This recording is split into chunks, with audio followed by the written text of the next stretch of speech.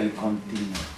Y no hay otra aplicación para la palabra tamid, continuo.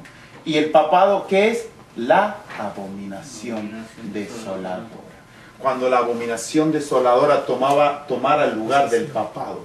Justamente todas las profecías se encajan de una manera perfecta. Esta es la fundación adventista. Estos son los fundamentos adventistas que no se pueden tocar. Pero ahora, en el fin del mundo, los pastores, todos en armonía, todos, hablan de que el continuo es Cristo. De que el continuo es la obra intercesora de Cristo por el pecador. Cuando los pioneros en el fundamento mismo de la iglesia adventista declararon que el continuo era justamente el paganismo. Ese es el verdadero continuo. Y no puede ser que para una cosa, una aplicación tengamos que es Satanás y para otra aplicación tengamos que sea Cristo. O es uno o la otra. Es una aplicación 180 grados contraria una a la otra. Pero si nosotros decimos que el continuo es Cristo, tiremos por tierra todo el trabajo de los pioneros, porque los pioneros unánimemente, hasta que murieron todos, declararon que el continuo era el paganismo. Y es la continua adoración al yo. El continuo nació con Lucifer en el cielo. El continuo nació en la adoración al yo. Nosotros somos aún paganos porque adoramos a nuestro yo. Mientras el yo esté presente, eso se llama paganismo, porque el yo reemplaza al Dios verdadero. El yo tiene que ser sacado para que pueda ser realmente una persona adoradora del Dios verdadero. Entonces el paganismo fue el poder primero que atacó al pueblo de Dios, y el segundo poder fue el papado. Ahora, hay muchas cosas más para mostrar en esta chart. En el 538 fue cuando fue la transición de remover el paganismo, fue la preparación, 508, con Clodoveo, la preparación para poder sentarse el hombre de pecado en Roma. Hay muchas cosas que podría decir, pero el tiempo no nos va a dar. Roma es la ciudad del poder pagano. Roma es la ciudad del poder de Satanás. El que se sienta en Roma tiene el poder. Y Constantino cometió el error de llevarse su capital a Constantinopla y perdió el poder y desintegró el Imperio Romano. Ese fue el secreto porque el Imperio Romano fue derribado. Porque sacó justamente de la ciudad del poder, porque la ciudad del poder es Roma. No hay otra ciudad. Roma es la ciudad de Satanás. Roma. Porque es la imitación de la ciudad de la Jerusalén celestial que está en el cielo. En la ciudad de Jerusalén que está en el cielo también tiene siete montes alrededor. Y Roma la eligió Satanás porque es la ciudad imitación del cielo con sus siete montes alrededor. Roma, el que se sienta en Roma tiene el poder. Y el papado no iba a tener el poder hasta que se sienta en Roma. ¿Qué dice en Apocalipsis capítulo 13? Que tenía que recibir ¿qué? El poder, tenía que recibir ¿qué? ¿Qué más? Vamos a Apocalipsis capítulo 13. Miren las cosas que tenía que recibir el papado. Apocalipsis capítulo 13, versículo 2. Y la bestia que vi era semejante a un leopardo, y sus pies como de oso, y su boca como boca de león, y el dragón le dio su poder. ¿Quién es el dragón? Satanás. Le dio su poder y su trono. ¿Y qué más? Grande autoridad. Ese dragón en realidad es Satanás, pero ahí estaba trabajando a través de Roma imperial. Roma imperial. Entonces Roma tenía que darle su trono para que se siente el papado. Si no le daba el trono, no iba a reinar nunca. Por eso Constantino mudó la ciudad capital de Roma a Constantinopla. Y fue el peor error. Porque hizo eso y derrumbó el imperio romano. ¿Por qué? Porque perdió el poder. El que se sienta en Roma tiene el poder. ¿Y quién se sienta en Roma hoy? El papado. Y muy pronto va a volver a tener el poder y la supremacía. Solamente falta que se sellen los hijos de Dios hasta que se suelten los vientos.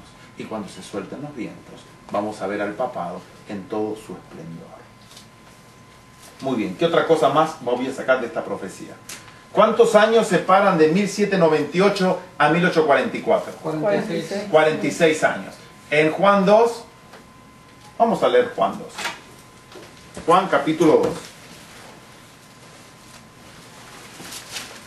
Juan capítulo 2, versículo 17 en adelante.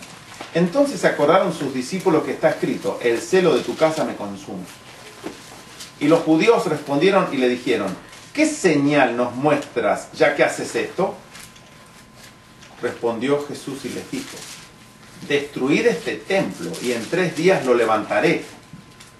Dijeron luego los judíos: en 46 años fue edificado este templo y tú en 3 días lo levantarás. ¿Cuántos años llevó la construcción del segundo templo?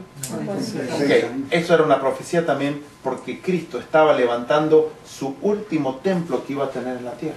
Llevó 46 años, desde el año 1798 hasta el año 1846. Y justamente Cristo, que le dijo: destruid este templo, lo que acababa de decir Cristo, estamos en tierra sagrada ahí, porque ese fue el argumento que usaron para matar a Cristo. El argumento más fuerte para matar a Cristo fue decirle: este dijo que iba a resucitar en 3 días. Este dice que destruye el templo y lo levanta. Ese argumento tan importante que declaró Cristo le costó la vida, porque ese fue el argumento más fuerte que utilizaron para llevarlo a la muerte, por si no lo habían percatado eso. Ok, seguimos adelante en nuestro estudio. Entonces, las tribus empezaron a ser recogidas. En el año 723 se la llevó al esparcimiento. Esto se llama el esparcimiento. Y el recogimiento empieza en el año 1798, de la tribu de Israel. Okay. Y el recogimiento de la tribu de Judá, ¿cuándo empieza? En 1844. Fíjense, ¿los levitas dónde estaban? ¿En la tribu de Judá o en la tribu de Israel? De Judá. Los levitas eran los que llevaban la ley de Dios. Entonces, fíjense que cuando se recoge primero esta tribu, se pone la base profética, y cuando se recoge la tribu de Judá es cuando se da la ley. Porque justamente los que llevaban la ley eran los levitas. Entonces, justamente empieza el recogimiento de los levitas a partir de 1844 en adelante. Ok. Le voy a leer el versículo que marca en el año 723. Le voy a leer el versículo. Segunda de Reyes, capítulo 17, versículos 5 al 9.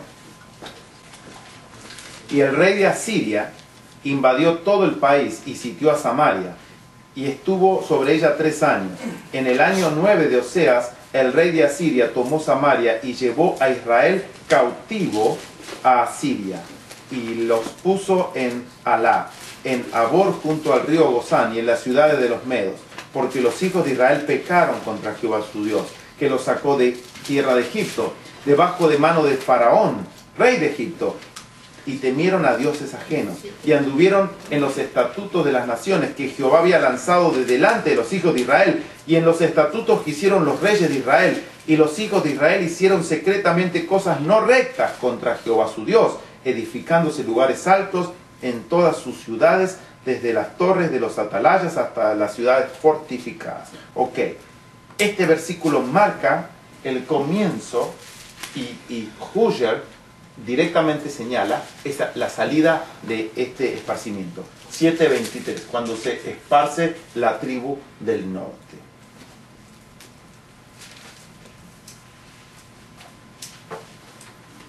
Entonces, ahora van comprendiendo.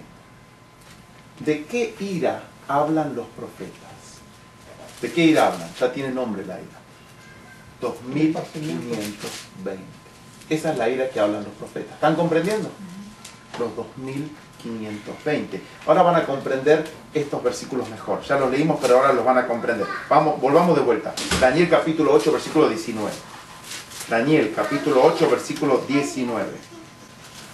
Y dijo: he aquí yo te enseñaré lo que ha de venir al fin de la ira, porque eso es para el tiempo del fin. Claramente sabemos cuándo es el tiempo del fin. ¿Cuándo es? 1798. Entonces ahora entienden que al fin de la ira, ¿qué es? A partir de 1798. El ángel está diciendo: te voy a mostrar las cosas que van a pasar a partir de 1798. Miren cómo estas profecías ustedes empiezan a ver todo de una forma diferente. Ahora están viendo claramente lo que dice Daniel. Y Daniel 11:36 dice lo mismo. Y el rey hará su voluntad y se ensoberbecerá y se engrandecerá sobre todo Dios, y contra el Dios de los dioses hablará maravillas y prosperará hasta que sea consumada la ira, porque lo determinado se cumplirá. ¿Hasta cuándo se iba a enaltecer este Dios, el Dios papal? ¿Hasta cuándo? Hasta que sea consumada la ira. ¿Se dan cuenta cómo empieza todo a encajar como una cadena preciosa profética? Algo que se nos robó a nosotros como pueblo. Ahora, todo en la Biblia, como sabemos, empezando por el bautismo, que lo conocemos, todo hay que probarlo en base a por lo menos 2 testigos. Si no hay 2 testigos de algo, realmente no tiene validez. Entonces voy a probar los 2520 desde otro ángulo. Voy a probar otras profecías que se dieron juntamente con esto, para que nosotros entendamos que es un tipo de esta profecía. Voy a probarlo con 2 testigos más. Porque esto lo entendieron claramente, ¿no? Muy bien. Hoy sí estamos usando el pizarrón a full, hoy no está de adorno. Ok. Tipo 1 de profecía, de los 2520 años. Voy a usar este tipo para que sea testigo. Testigo 1, vamos a llamar. Nabucodonosor, tipo de Israel. Entonces vamos a escribir acá. Vamos a escribir. Nabucodonosor, tipo, voy a poner 1. Nabucodonosor.